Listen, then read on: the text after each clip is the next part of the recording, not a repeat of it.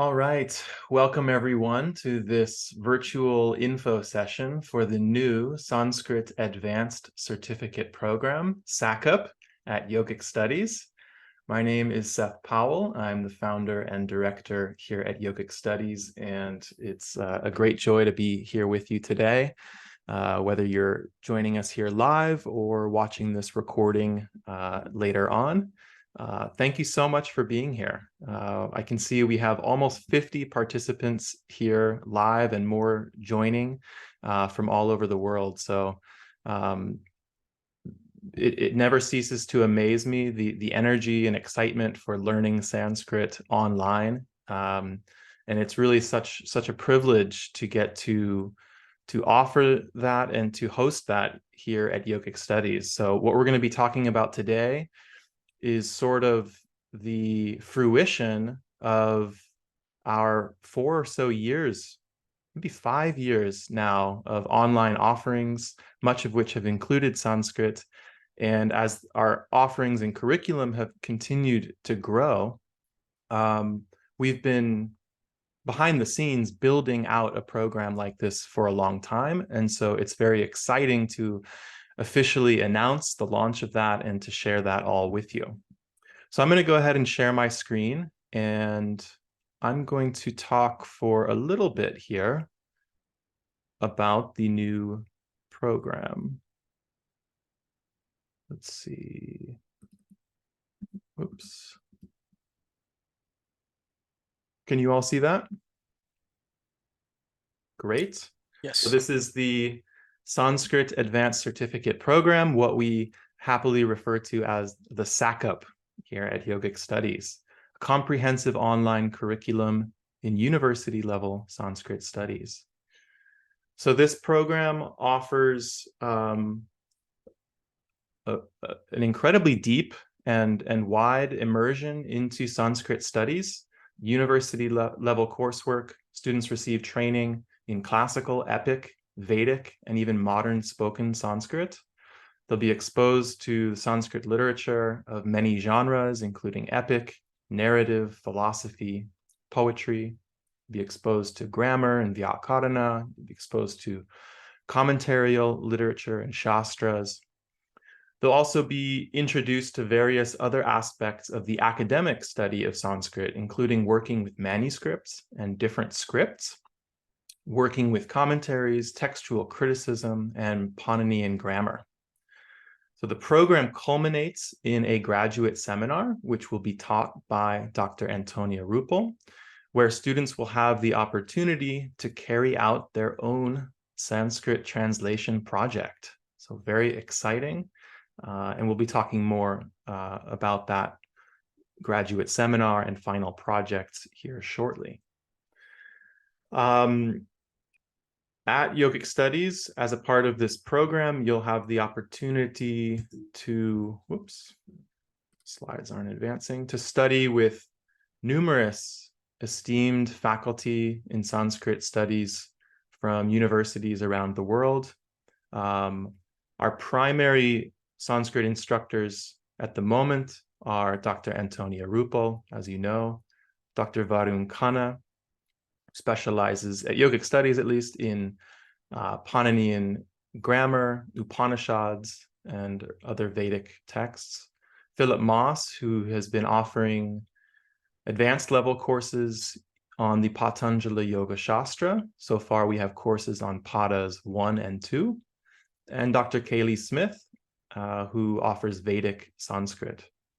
But we're continuing to add more courses as we go. This is a living, breathing curriculum and platform. And so there'll be many more instructors and many more courses who will continue to grace this platform and program as we go. So let me say a little bit more. Oh, for some reason, my arrows aren't working to advance the slides. Here we go. Okay, I can click. The program itself comprises 70 credits, all online here at Yogic Studies. The first 30 credits of the core curriculum involve 3 terms of elementary Sanskrit and 3 terms of intermediate Sanskrit, so 2 full years of Sanskrit. All of these courses are taught by Antonia, who, as many of you know, is the author of the wonderful textbooks, the Cambridge Introduction to Sanskrit, and more recently, an introductory Sanskrit reader. Both of these texts are utilized in our courses. The curriculum is, in fact, built around these textbooks, and it's an amazing privilege to have the author herself teaching us using her own textbooks, as many of you here know and can attest to. So you get a full, elementary year, and then in the intermediate year, we rotate through various texts, usually the Bhagavad Gita in 201, Ramayana in 202, and 203, there's a little bit more wiggle room, but typically we've been doing Sanskrit narrative, reading Brihat Katha or other Sanskrit narrative treatises. Then students advance on to more advanced level courses, 300 level courses. At the moment, these offerings include, as you can see, the Patanjali Yoga Shastra with Philip Moss, Vedic Sanskrit with Kaylee Smith, and Introduction to Pāṇinian Grammar with Varun Khanna. We will continue to add more, though, to these 300 level offerings. So students are required to have a minimum of 3 300 level courses, and then a minimum of 3 elective courses, where here you have a little bit more room to choose based on the offerings that we have available.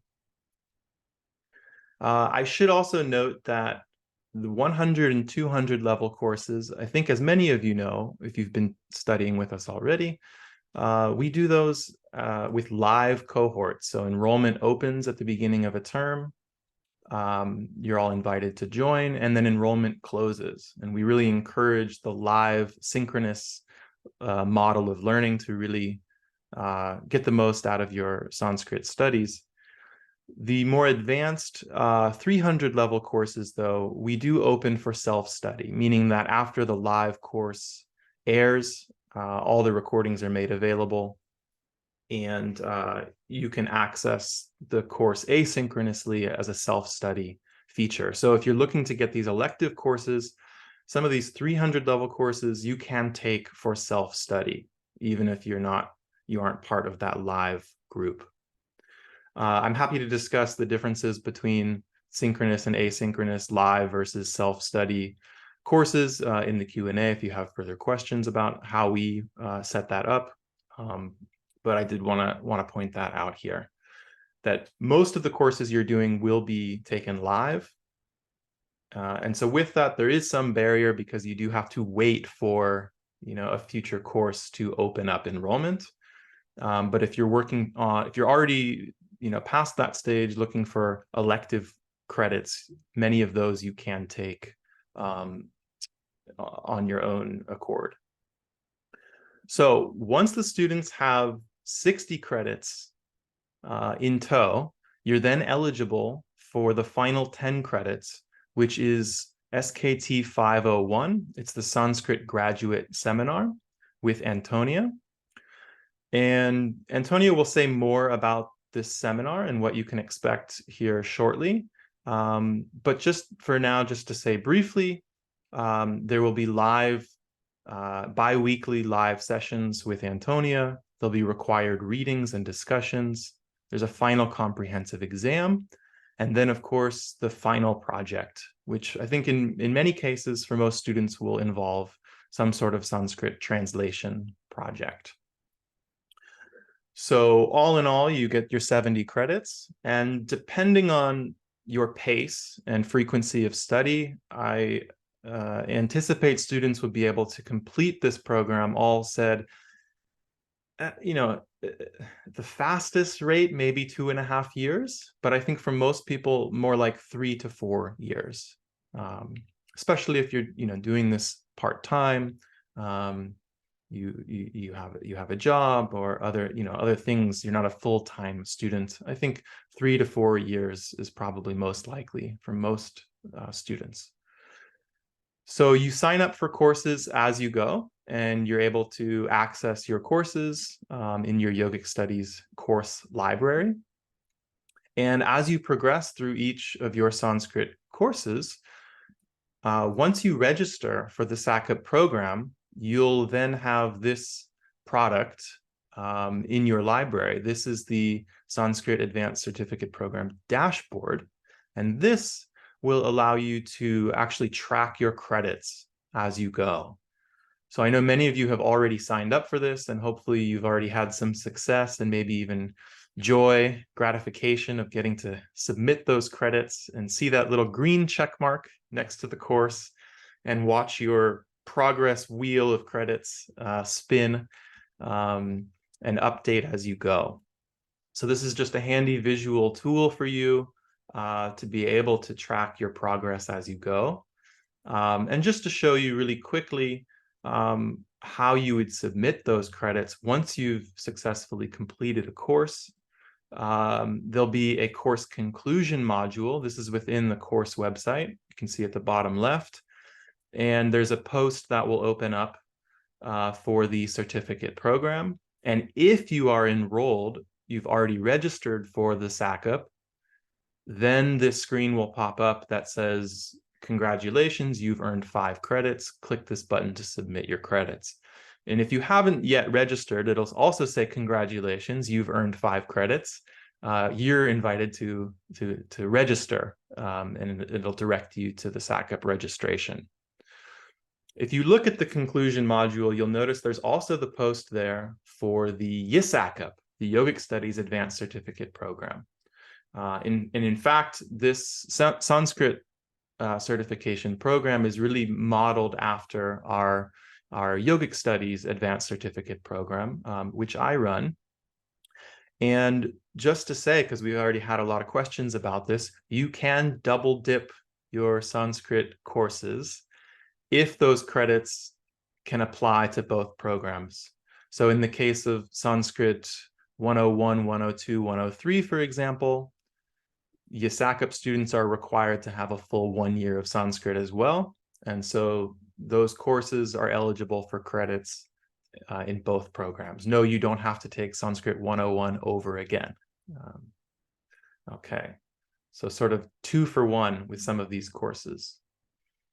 Let's talk a little bit about the tuition costs. I'm sure as many people are wondering, there's really no single set enrollment cost for the entire program. I think we often get this question, how much do I have to pay for the entire program? As you'll see, it really depends on how you structure and pay for your courses. There's a one-time registration fee of $25 just to get that dashboard and to be in the system as a SACP student. Enrollment is now open for that. Anybody can register for that at any time, even if you haven't started your courses with us. But then you're really going to enroll and register for courses either individually as you go, which range from about $200 to $375 per course. But you can also purchase courses as bundles. So for example, there's an elementary series bundle, there's an intermediate series bundle, there's a Patanjali Yoga Shastra bundle, there's soon to be a Pāṇinian bundle, where you can group those like courses together and save a little bit more, usually about 20 to 25% with the bundle. As many of you know, we also always offer an early bird discount during the beginning stages of the enrollment period for each individual course. And so you can save 20% off individual courses, not off bundles, but individual courses using the early bird. So if you take advantage of some of those savings, in particular, if you utilize the bundles, all in all, for the 70 credits, total cost will probably be somewhere between $3,000 to $4,000 USD, which is pretty incredible, actually, for the quality of course and range of courses that you're getting. If you compare the cost of these same courses taught by these university professors at other academic institutions, you know, $3,000 to $4,000 might get you, maybe one term or one semester, but certainly not 3 to 4 years of study. So we're really happy to be able to make this what we hope is more accessible and available to more people all over the world. That said, $3,000 to $4,000 is still a lot of money for many people. And so we're also happy to be able to offer various forms of financial aid and assistance for people to fund their studies. So if you go to our scholarships page, yogicstudies.com/scholarships, you can read more about our various scholarship opportunities. But in particular, I'm going to highlight this first one that just went live this week. Applications are now open for the Advanced Certificate Scholarship Program. This is available for students of both the SACP and SACP here at Yogic Studies. And scholarship recipients of this program will receive 50% off the tuition for all of their course offerings. This includes Yogic Studies and Buddhist Studies seminar courses, and of course it includes all of our language offerings. So 50% off for recipients. And we're also excited this year to offer 2 full 100% scholarships, one for each certification program for Yoga Studies and Sanskrit. So you can read more about that online, and you can even click the apply here link. Applications for this program are due December 15th. It involves writing, a short essay, explaining your situation and kind of making your case for why you should be considered for this program. A few more things just to keep in mind. We're excited just to tell you about some of our upcoming courses, especially just to keep in mind if you're now thinking about credits and how to get those 60 credits to be eligible for our first Sanskrit graduate seminar, Sanskrit 501, which is going to be offered in January of 2024. So that is right around the corner. Some folks will be eligible because they've already, had first and second year Sanskrit behind them, and they can finish up those 300 level and elective credits. Others might not be ready just yet to take this, first graduate seminar. But if you are in a position where you're close, we really encourage you to tidy up those extra credits and try to join us this January for the first cohort in this program. Other courses just to keep on your radar, we're finishing out this year's or 23-24's elementary series, Sanskrit 103 in January through March. Likewise, the 200 level series will finish out January through March of 2024. We're then offering in the spring and summer of next year, Varun Khanna is going to offer his highly anticipated spoken Sanskrit series, which count for elective credits in the SACP.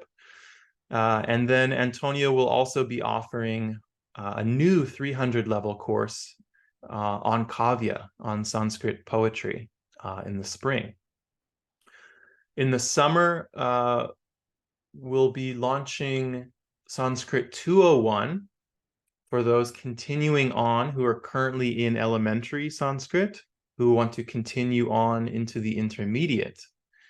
However, after lots of discussion and debate behind the scenes, we are going to be delaying the start of the next round of elementary Sanskrit. This will also apply to our elementary Hindi and elementary Pali language programs. But bigger picture at Yogic Studies, as we continue to develop, we're actually going to be moving closer toward a US academic term model with fall, spring, and summer terms. And so for a variety of reasons, it sort of makes more sense for us administratively, and we hope for students as well, to begin our language cohorts and begin these new 101 courses rather than at the end of the spring, beginning of the summer, but to begin them in the fall. So, and what this will look like is a late August start date. So I realize that might be disappointing for some folks who are waiting to begin this and to get into Sanskrit 101. There will be a little bit more of a wait, as the next 101 course is slated to begin in August 2024. But once this new rhythm gets in place, we think that it will actually be more ideal for everybody involved. Now, for those who are new to Sanskrit study and new here at Yogic Studies, and you can't wait all the way until August 2024 to get started Sanskrit learning, you want to study Sanskrit now, we do have a few courses that are available actually for self-study, and that are, in my mind, really great primer courses for the 100 level series with Antonia. So that is 100A, the Devanagari seminar, and 100B, Sanskrit for Yogis. These courses are both taught by myself. I put a lot of work and energy and resources into these courses to make them available and to make them suitable for self-study. Sanskrit for Yogis, for example, is an 18-hour course that really gives you a good overview and primer into the Sanskrit language, its history, and a kind of nuts and bolts introduction to the grammar that I think, and I know from students who have done this prior to Sanskrit 101, they've found that they're able to digest the material in Sanskrit 101 much more readily. Likewise, the Devanagari seminar, in just about 6 weeks, or depending on your pace, this course is designed to teach you the Devanagari script, the so-called Sanskrit alphabet. Well, one of the scripts, as you know, and you'll learn more in the graduate seminar with Antonia. Devanagari, of course, is one but many scripts that Sanskrit is taught in. However, today and in print culture, it does tend to be the most popular script. Nonetheless, the Devanagari seminar sets you up to get a command of this script. And if you have that already, then when you start Sanskrit 101, it does make your life a little bit easier for the first few weeks, at least, of Sanskrit 101. So those are 2 courses that are available right now. You can sign up anytime, and highly recommended if you just want to get started and can't wait until August. Okay, so I think that's about it from me. We're very, very excited to launch this program. In many ways, nothing really changes in terms of your Sanskrit learning at Yogic Studies. You've already been studying with Antonia and Varun and our other wonderful instructors. This program just gives a structure and a container to frame your language learning, and to give a kind of larger goal, to try to move forward and build towards this capstone graduate seminar, where you'll be able to carry out an independent translation or research project of your choosing, to really allow you to apply all of your studies in a very tangible way. So with that, I will hand things over to Antonia, who can tell you a little bit more about the graduate seminar and any words that she'd like to add about the program itself. Thank you so much, Seth. Can you? Yes, you can hear me. Excellent. Hi, for those of you who haven't done any courses with me yet, my name's Antonia. I've been teaching Sanskrit at this point for about 18 years in a variety of contexts. I've taught in the US, I've taught in the UK, I've been teaching in Germany the last couple of years, and I've been teaching for yogic studies. And I have to say that teaching for yogic studies is actually my favorite kind of class.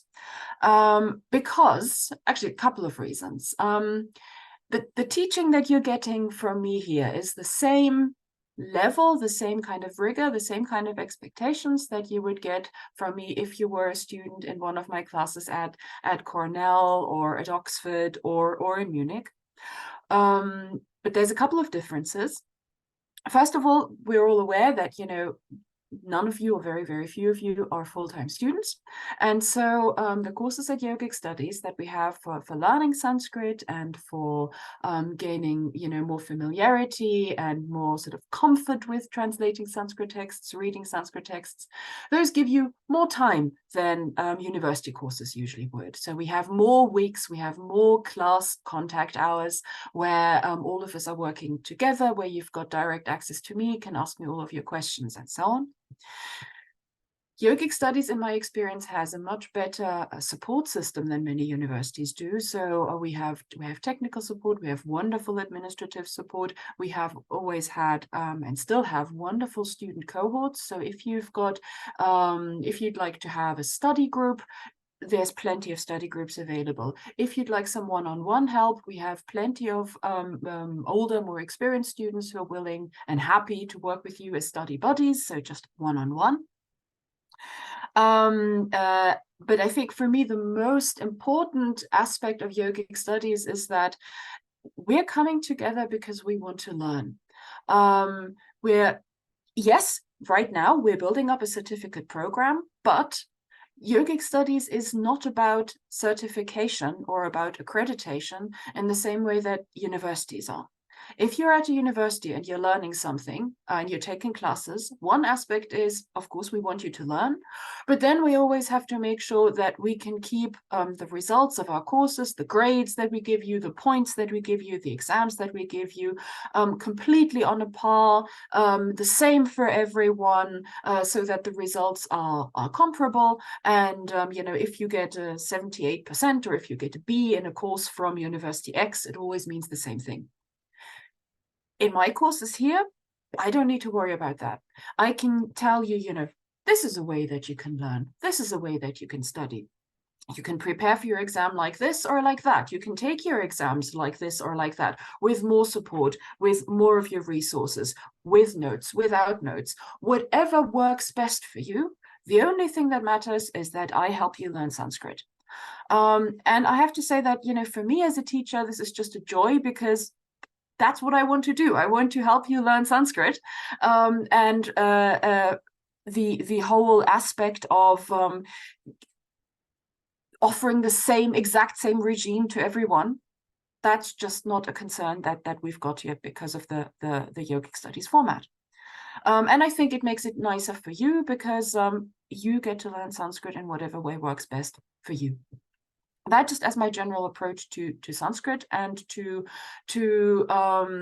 teaching, and to why I am very excited that we now at Yogic Studies don't just have all the individual courses, but also this program, which, exactly as Seth just said, is meant to give your study a structure. And for me, the purpose of this structure is to empower you to work with Sanskrit texts on your own, independently. So for me, the purpose of my classes is to make myself superfluous.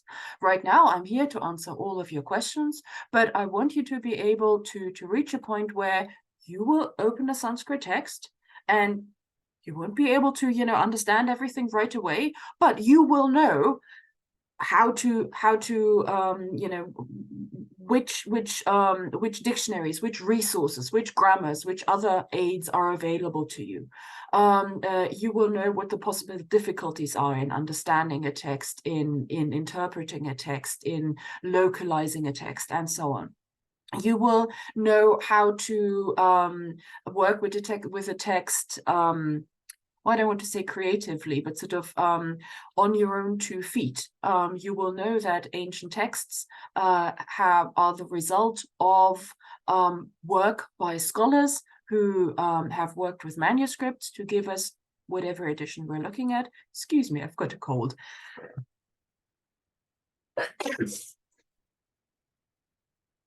Apologies. Everybody who was in my class yesterday has seen me sneeze and blow my nose. Apologies.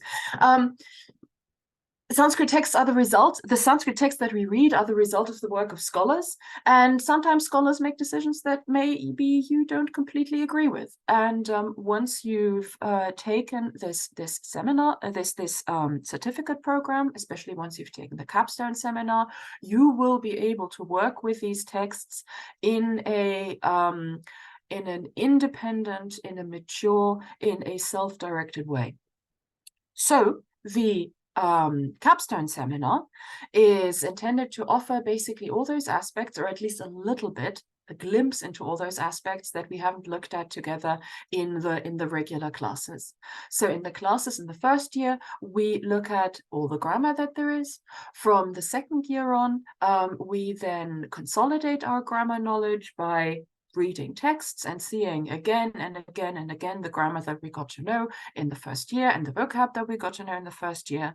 Then in the third year, you have reading classes, you have text classes where the texts that you're reading are much more challenging, much more difficult.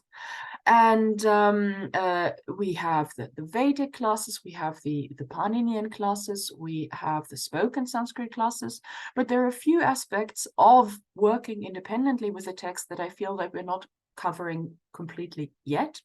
And those I would like to address in the Capstone Seminar. And those are, for example, an overview of Sanskrit literature. So that is a huge field. We have looked firsthand at some of it. You've heard of lots of other works, at least by name. What I want to do in one session is give you an overview of what there is. Because then maybe you'll see, oh, that sounds really interesting. And then one person will read into one sub area and another person will be interested in another sub area. Then I want us to look at non-printed Sanskrit a little bit. Seth has already mentioned that the Devanagari, which all of us who are learning Sanskrit are more or less used to, is just one way of writing the Sanskrit language. So I want to look at a couple of other scripts that people use to write Sanskrit, look a little bit at historical conventions of writing Sanskrit, so that again, when you encounter a Sanskrit text, which may not be written in Devanagari, you'll know what to do with it. Then I want us to look at commentarial Sanskrit. So in Sanskrit, we have lots and lots of really wonderful literature, as I'm sure all of you know. But there also is a very lively and intellectually deeply impressive tradition of commenting on texts.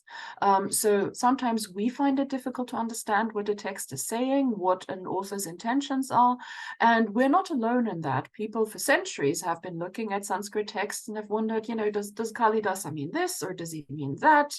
Is this really the right form? How does the grammar of this work? And they've written down their thoughts on this in the form of commentaries, and the best commentaries, the best informed commentaries survive.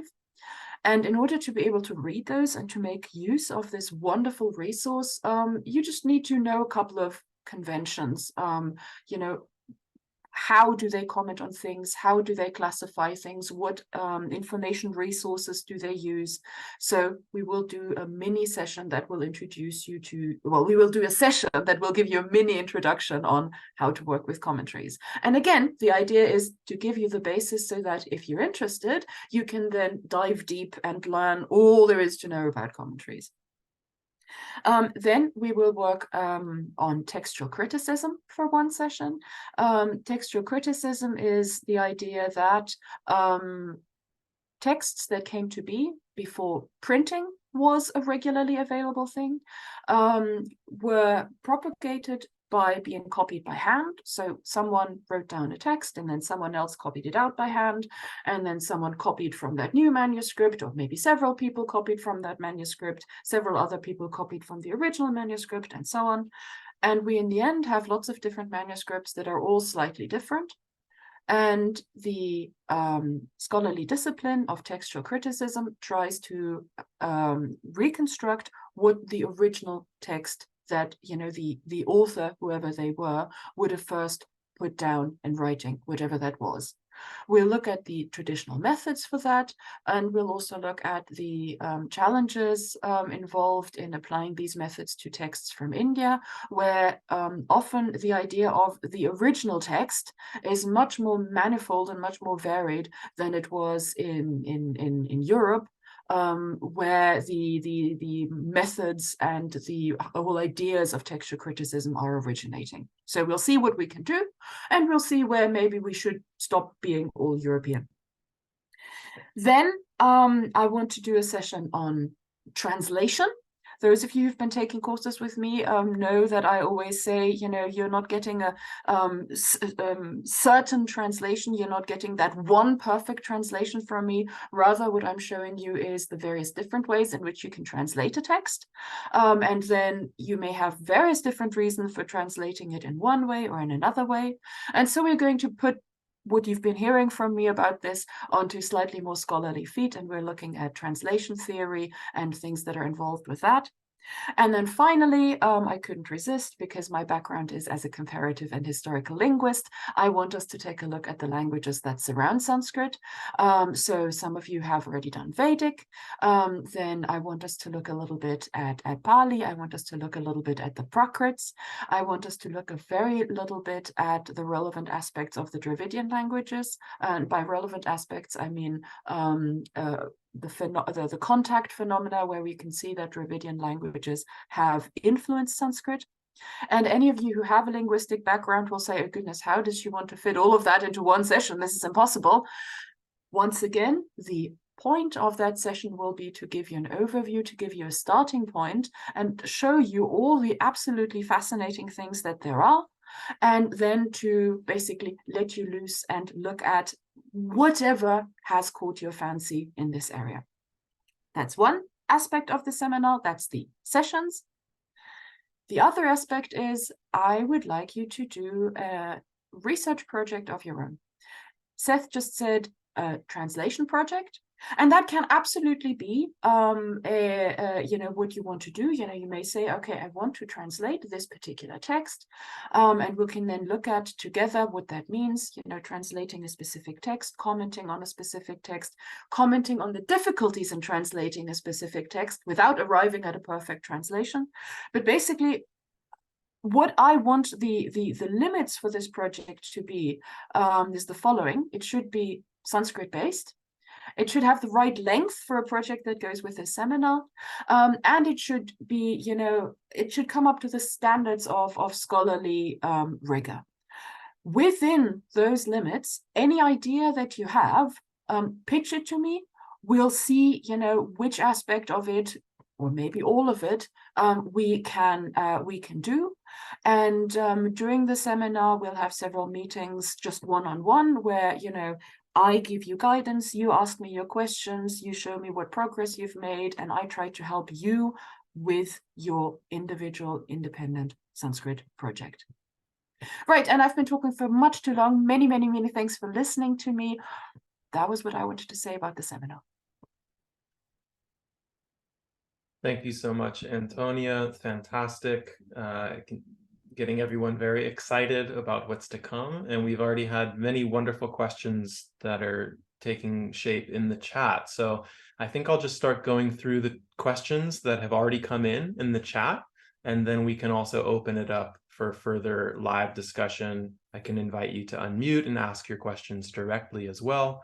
But let me just start with some of the ones I already see in the chat, because those have been there for a while. So Laura asked, what are the benefits of the two certificates, and can I differentiate between the two programs? I think Antonia just spoke very eloquently about the benefits of the Sanskrit program. Let let me say a little bit about like the difference between the two programs. The YSACP is really a certificate program in yoga studies, a foundational training in the various approaches to the academic study of yoga, its history, its philosophical traditions, its texts,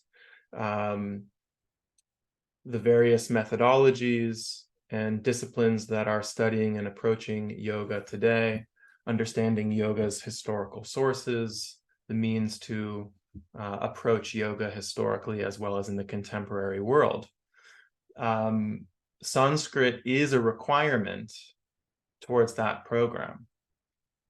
Actually, I should clarify, language training is a requirement. So students do have the option in the YSACP to do a year of Hindi. So you can do 1 year of elementary Hindi or 1 year of elementary Sanskrit. But having some foundational training in a South Asian language, we feel is crucial towards the certificate in yoga studies. And Sanskrit is, as we've heard all about today, in all of its glory. So in terms of the content, they're quite different. And in terms of the graduate seminar, it's a similar structure, but the content, is quite different. One is you're receiving training in Sanskrit studies and pursuing an independent research project in Sanskrit, which may or may not take the form of a translation. And for the SACP program, most students are producing some formal independent research project on a topic relating to yoga in some capacity. So hopefully that helps. Both programs you can enroll in anytime and just paying the $25 enrollment fee, and you can start taking courses or applying credits from courses that you've already been taking really at any time. I should say we're still fine-tuning a lot of these things, but the way we envision these graduate seminars being offered at Yogic Studies is on a biannual basis. So, for example, for the SACP program is being offered in January 2024. Well, let's see how this first one goes, but we are envisioning the next one would also be offered then in January 2026. Likewise, the previous YSACP was offered this past fall. I think it was September through December of 2023. And so September 2025 is the likely next date for the SACP. I can also take this moment to share with you that we are soon to be launching our Buddhist Studies Advanced Certificate Program as well. So those credits will also apply. And I can also tell you that 100 level Sanskrit will also apply to the Buddhist Studies program. For Buddhist Studies, you'll have the option of training in Pali or Sanskrit, and maybe one day Tibetan, but that's for another day. But the idea is that basically every year we will have at least one, if not two, graduate seminars being offered, but that they'll be rotating every other year, if that makes sense. So trying to keep that in mind as you're planning your coursework and credits. Okay, let's see what else. Clyde asks, what happens if you place out of some of the elementary courses due to previous academic study? How do we make up those credits for SACP? If I understand the question correctly, we've been receiving this question quite a bit in different forms this week, but basically, Clyde, if this is what you're asking, if I've taken Sanskrit courses at other academic institutions, can those credits apply, like say for elementary Sanskrit? Is that the idea? I see. I'm actually trying, just if we do a placement test, and because we've studied it elsewhere, we're able to place, say, at the end of elementary or at the beginning, somewhere in an intermediary, you know, it doesn't really make sense to do the elementary stuff when we've already had several years of Sanskrit. Correct. Yeah. And we totally get that. And so in that case, I think what we'll just ask you to do is to pay some small minimal fee to access the final exams and to place out kind of officially by just passing the exam for that course. And then once you pass the exam, that conclusion module post opens up and it allows you to submit the credits. So I think that will be fine in most cases, you know, for students for the first year, maybe second year of Sanskrit. We're going to have to evaluate these cases on an individual case-by-case level. So please, you know, shoot an email to Kate and to our team at info@yogicstudies.com, and we can kind of look at your situation. I think if you have transcripts, that sort of thing helps. But yeah, in your case, if you're saying if you took our placement exam and then we put you in 102 or 103, I think we would just have you formally take the exam for 101 or 102 in that case. The thing is, if you're getting the Sanskrit Advanced Certificate Program from Yogic Studies, I do feel it's important for you to have taken courses at Yogic Studies.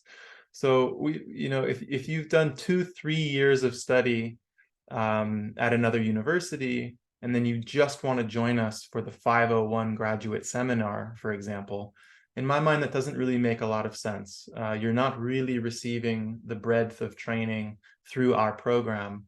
And in many ways, that's the whole point, you know. So again, I think everybody's situation will look a little different. We are happy to consider some credits from outside, but the majority of the credits need to come from within Yogic Studies. Antonia, do you want to add anything to that? Actually, I think exactly what you just said. I think the questions mostly come from people who've learned Sanskrit elsewhere. So to replace the 101, 102, 103, I think that shouldn't be an issue at all. Exactly as Seth just said, basically, you know, take the final exam and you're good. But with the higher level classes, in order to get the, you know, Yogic Studies certificate, I think it makes sense to have taken courses with Yogic Studies. But as I said, my impression is that for most people are wondering about the 100 level, the elementary Sanskrit, and that, yes, absolutely, you can get your credits by just passing the funnel, which shouldn't be an issue at all for you. Yep. Lola is asking, hi Lola, if there's an extra fee for the certificate itself, apart from the $25, or is it only the costs of the courses? So there's the $25 registration fee. You then pay for each course or through bundles. Then you simply will register and pay for the graduate seminar itself, just like for the Yogic Studies Advanced Certificate Program. So there is, of course, a fee for the final graduate seminar, which I think is it's between $300 and $375. I mean, it's similar to our other course fees. And so that's it. There's not then an additional fee on top of that to earn the certificate. Alok is asking, if we fall behind in the live courses, can we still complete them, i.e. 101, 102, etc., so that we don't have to wait for the next start? This is something that we get questions about this all the time. Kate, I'm wondering if you want to, are you prepared to address something here? Because I feel like these questions always come to you in the inbox. They do, yeah.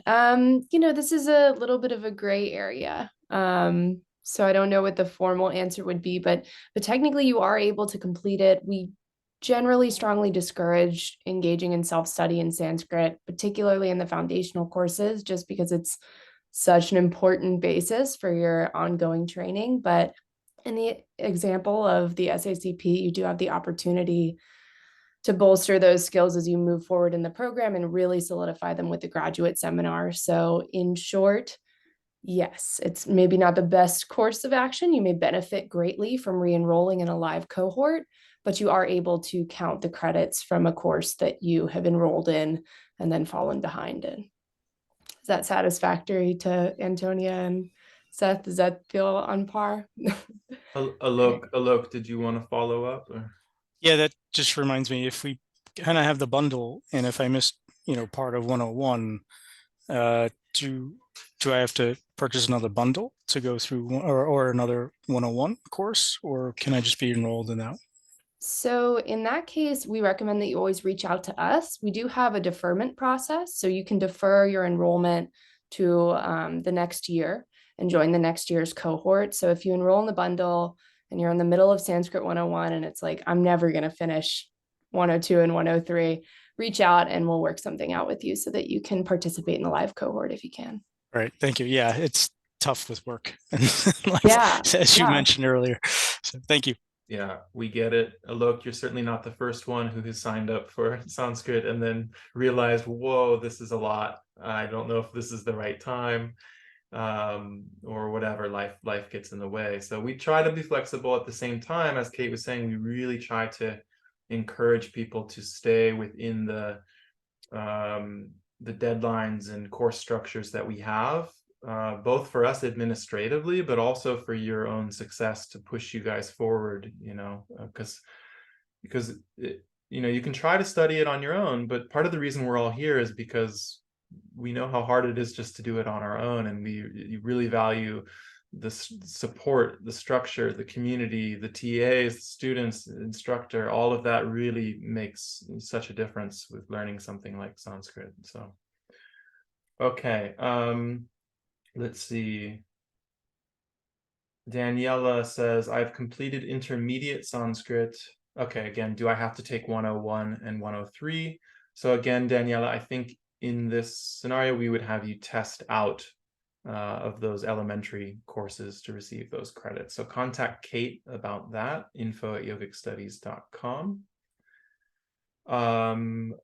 Let's see. Okay. Anna Trippa is asking a difficult question here. The intermediate cohort 2023-2024, so the current students who are doing the 200 level series, 203 ends in March 2024. Can we enroll in SACP? I think you mean in the graduate seminar 501 in January 2024, or must we wait until 2026? I think we'll have to discuss this further beyond this meeting. I have to say though, my sense is that you would not be eligible for this first one. The idea, correct me if I'm wrong, Antonia, but I really envision this program as students receiving 3 or more years of training in Sanskrit, elementary, intermediate, advanced, and even more with the electives.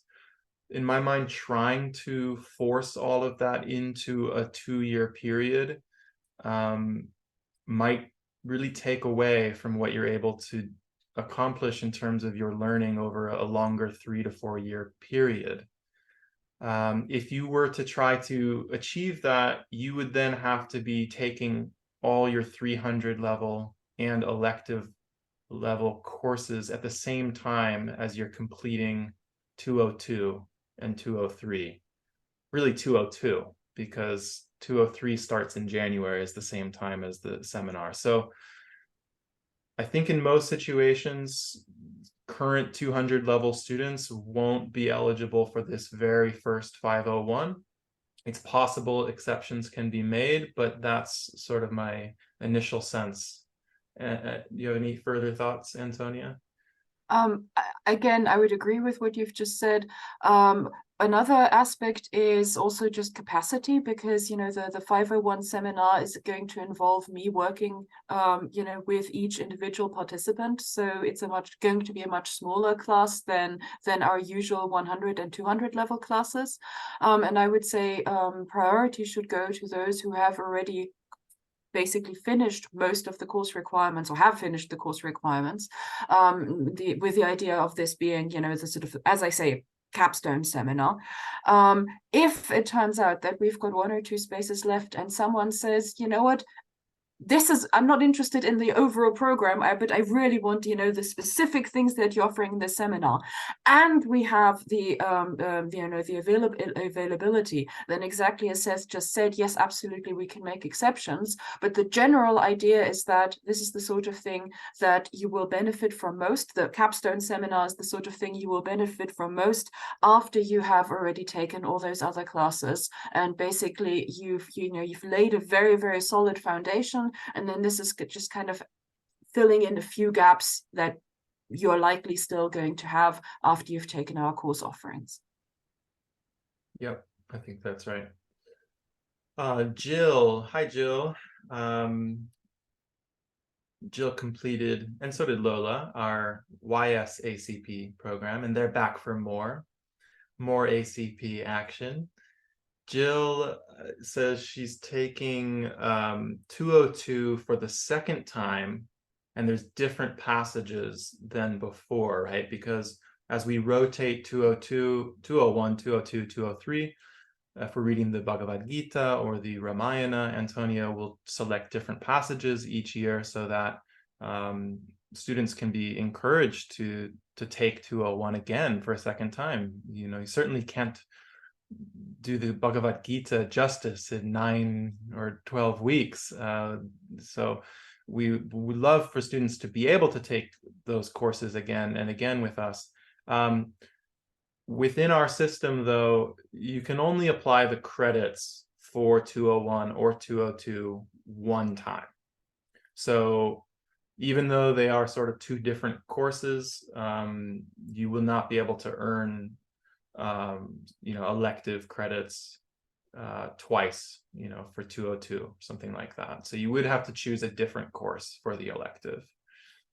And then Jill also asks if we'll be running a sale again over Thanksgiving weekend for her to buy one of the courses at a little bit of a discount. And yes, we are planning to hold our annual gratitude sale. It's that sort of Black Friday weekend. I think we'll be doing 25% off. That does not apply to future live Sanskrit courses, so to the 100 and 200 level series, but it would apply to any of the self-study elective courses. So yes, definitely look out for that, and maybe plan accordingly around that. And could I add just a tiny little bit to that? Yeah. So the 201 is actually always going to be the same bits, because the sort of the second book of the Gita is kind of an overview of the entire work, and it's a great first continuous text to read. So 201 is always going to be the same. 202 and 203, those are going to vary. But I think the reason why, you know, we're not going to count the set, you know, 201 in one year and 202 in the next year as courses that both work, you know, that both count as credits for the certificate, is because it's more of the same. You know, of course, you know, reading more Sanskrit text is exactly what I want you to do, but we also want to make sure that you've got a certain breadth of skills, and so that you take a variety of courses and not just the intro, intermediate, but also you know, the other courses that are on offer, which give you different Sanskrit related skills. We really do want students to be exposed to a wide range of genres of Sanskrit, you know, so whether it's epic or philosophical texts, Shastra or Vyakarana, we're going to be offering Kavya and hopefully more Kavya in the future as well, and having kind of a steady rotation so that you're continuing to be exposed to these different types of Sanskrit texts and literature. So yes, okay, let's see.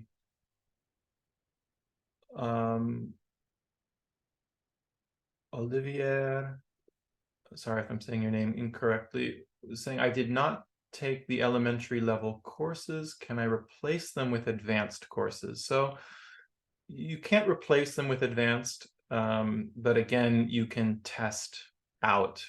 We can have you test out of the elementary. Okay, great. Jackson Did I take that question? Because I think I've already, maybe you've already thought about it a lot as well. I haven't know I haven't looked at it yet. So please, Antonia. Yes. Okay, so Jackson's question is, can you walk us through the opposite? How might we be able to take our learning and education here at Yogic Studies for attaining a degree at an outside educational institution? That is actually one of our goals, and we've achieved it with a couple of students that they learned Sanskrit and Sanskrit related things with us, and then are taking a master's. I think it's mostly master's programs elsewhere. And the idea is that while the courses themselves, as I say, are not aimed at the kind of certification aspect of formal university education, the goal is for you to acquire skills, for you to learn Sanskrit, for you to become comfortable reading Sanskrit texts. If your goal is to then take those skills and apply to a master's program, for example, then we can tell you that we've done that a couple of times quite successfully. And if there are any specific programs that you're interested in, then basically the thing would be to get in touch with me or also with Seth, so that we can see, you know, what would you need to get into that particular program, to get into that particular school. My hope is that, or our hope, I think, is that we can make this a more regular feature of our courses, but that would involve a little more, you know, one-on-one work to make sure that what that university wants from you, what that program wants from you, you can actually offer. And I think specifically, or sort of more concretely, what that would mean is, for example, me getting in touch with whoever is the director of graduate studies at that place and say, you know, this is what the certificate involves.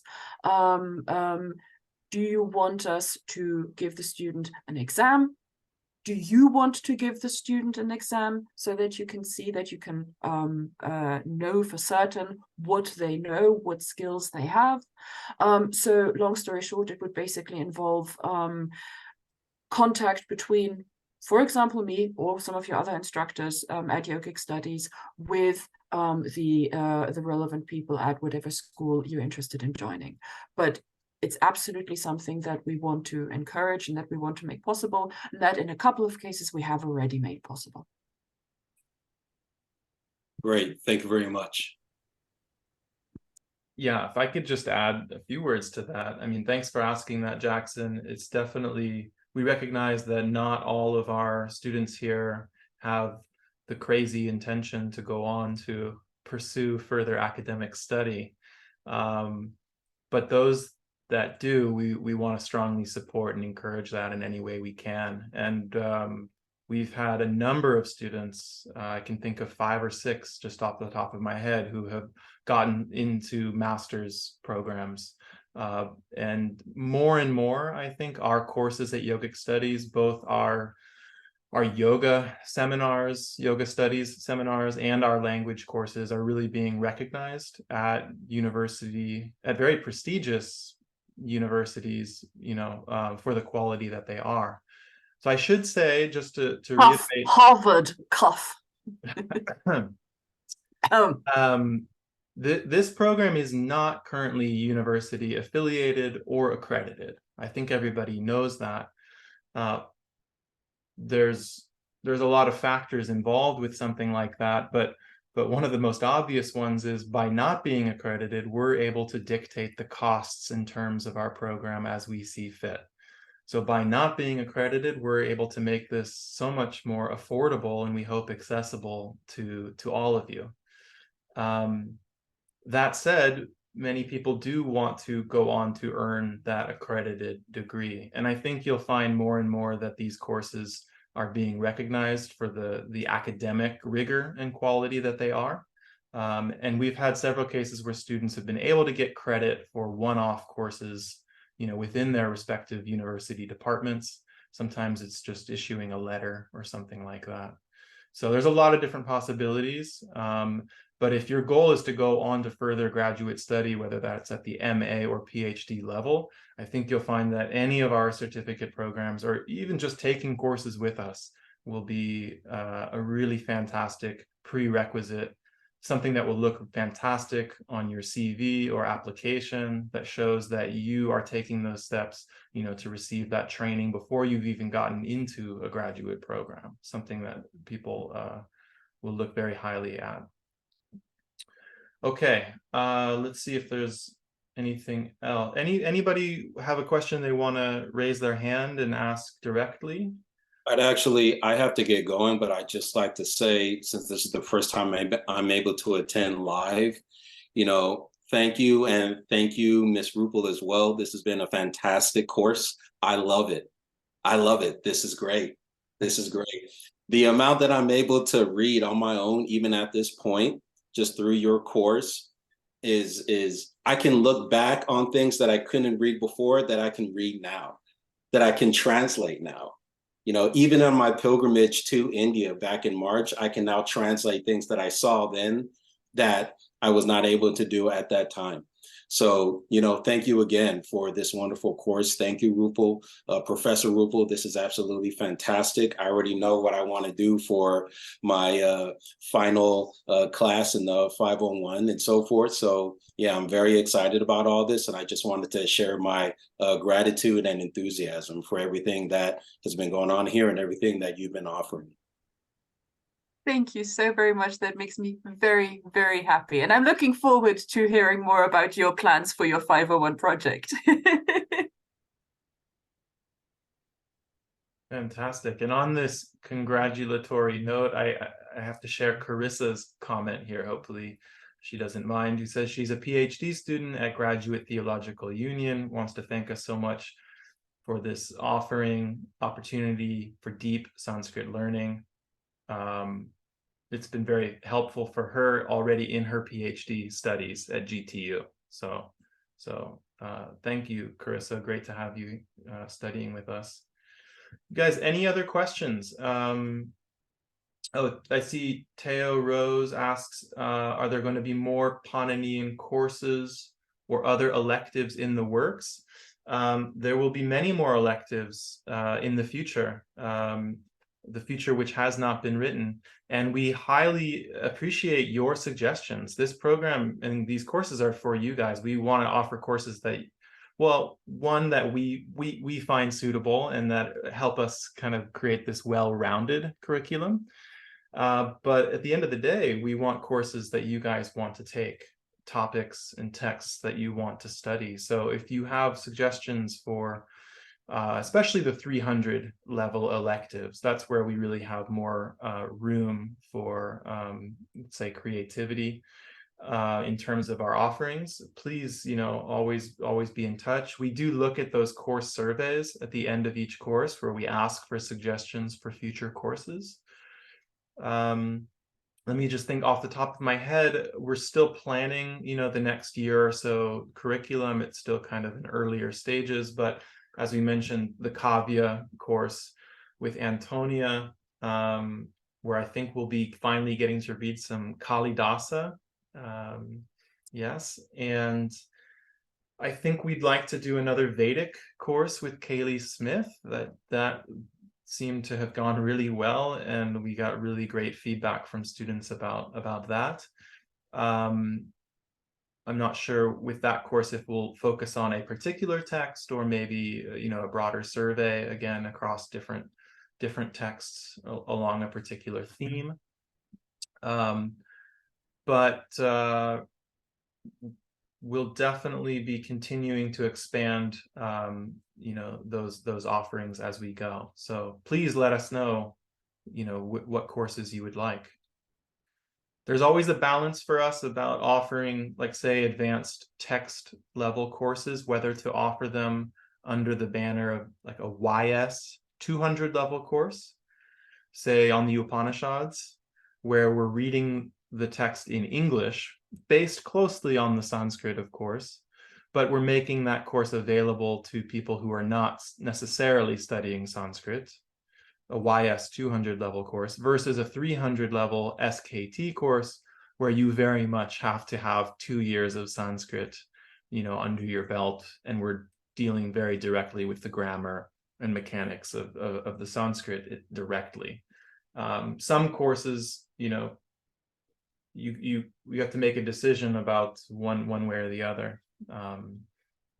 So, for example, we'd love to have Philip Moss come back to teach another 300 level Sanskrit course. We need to think about, which text or topic would be most suitable. Whether we've done Padas 1 and 2 of the Patanjali Yoga Shastra. I'm not sure if we continue with 3 and 4. I feel like there'll be a steady decline of students just because the topic gets a little bit more niche each time. By the same token, it would be so wonderful to have available recordings of the entire Patanjali Yoga Shastra, Padas 3 and 4. So I think eventually we would love to do that. Whether or not, Pada 3 is up next is to be determined. Dan, off topic, 300 level suggestion, higher level script reading, and or handwritten pre-modern script. Even that which is called Devanagari seems really, really hard to parse. Yes, once you get to the level of working with manuscripts and the handwriting of scribes, you may think you know Devanagari, but do you know Devanagari of this particular scribe? I mean, I always think about, imagine if you're a parent and you go to the sign-in sheet, at pickup of the daycare of your child, and the different handwriting of every single person. They're all writing in English, with our recognizable alphabet, and yet everybody's representation of that by hand looks wildly different and sometimes very sloppy and illegible. And so, yes, this is a real issue with Sanskrit manuscripts. You sort of have to learn how to read the particular handwriting of a particular scribe. I think Antonia plans to expose students to these issues and to look at examples of this in the 501 graduate seminar. But I certainly would love to host a course in the future that one potential instructor has called manuscriptology, that would really be a deep dive into that kind of philology, really looking across, the process of working with Sanskrit manuscripts. And I think there would be an exposure to different types of scripts, different challenges that the philologist encounters sort of in the wild, looking at critical editions and all of that. That really could be a whole seminar and course, which itself would be only scratching the surface of a very complex topic. So the question with those sort of courses for me, from a business perspective, is sometimes I don't know if we will always get enough students registered in those type of advanced level, really specialized topics that can frankly generate enough income to pay the instructors, to compensate them fairly. So as we get more and more niche, it can be harder sometimes to sort of guarantee a minimum number of students in those courses. But hopefully, if yogic studies continues to grow, we can get to a point where it sort of doesn't matter, and we can just offer those courses because we really value that subject, and we just simply want to offer that regardless of the money. Wouldn't that be nice?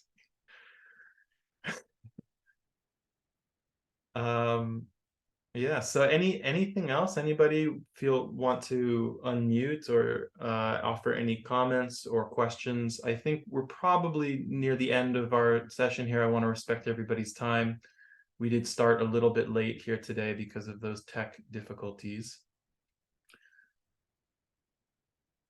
But I see wonderful comments and gratitude coming in through the chat. So yes, thank you, everyone.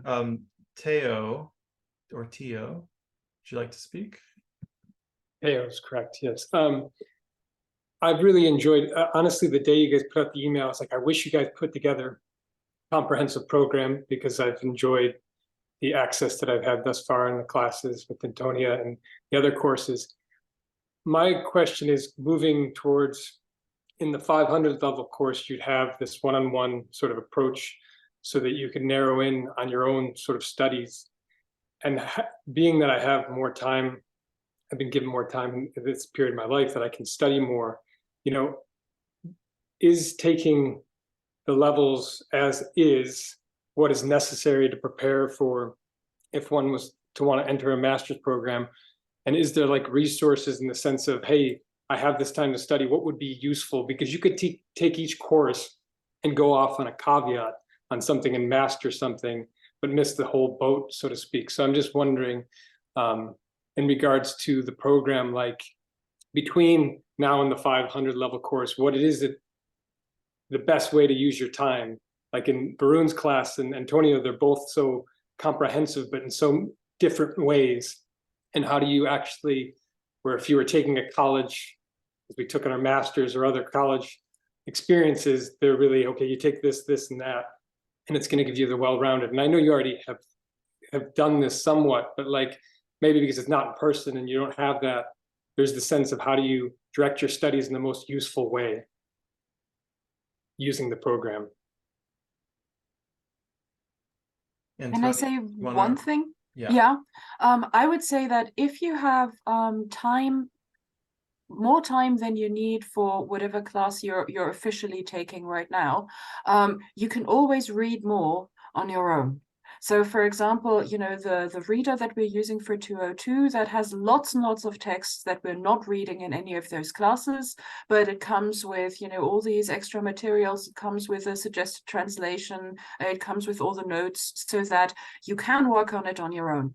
Or if you don't want to work on it on your own, there's lots of people who are interested in, you know, doing study groups and, you know, going through these texts, you know, in groups of 2 or in bigger groups or anything like that. So that's definitely something that you can do, and that even if that doesn't get you any extra credits, is definitely going to strengthen your abilities to work with Sanskrit so much, because, you know, you learn by doing it.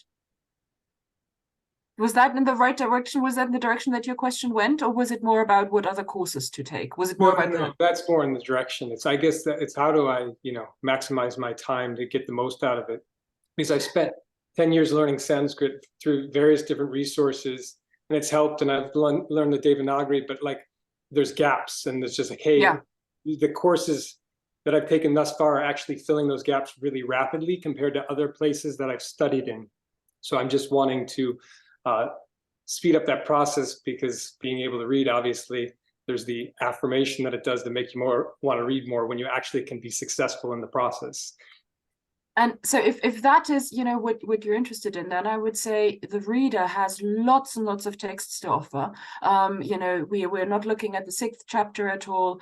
We're not going to look at chapter 5 at all this year. There's lots in chapters 1 and 2 that you might want to read.